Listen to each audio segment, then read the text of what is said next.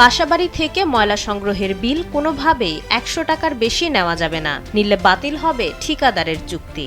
৪ March বুধবার লালবাগে এক বিশেষ পরিচ্ছন্নতা অভিযানের উদ্বোধনে এই হুঁশিয়ারি দেন ডিএসসিসির প্রশাসক মোহাম্মদ আব্দুস সালাম।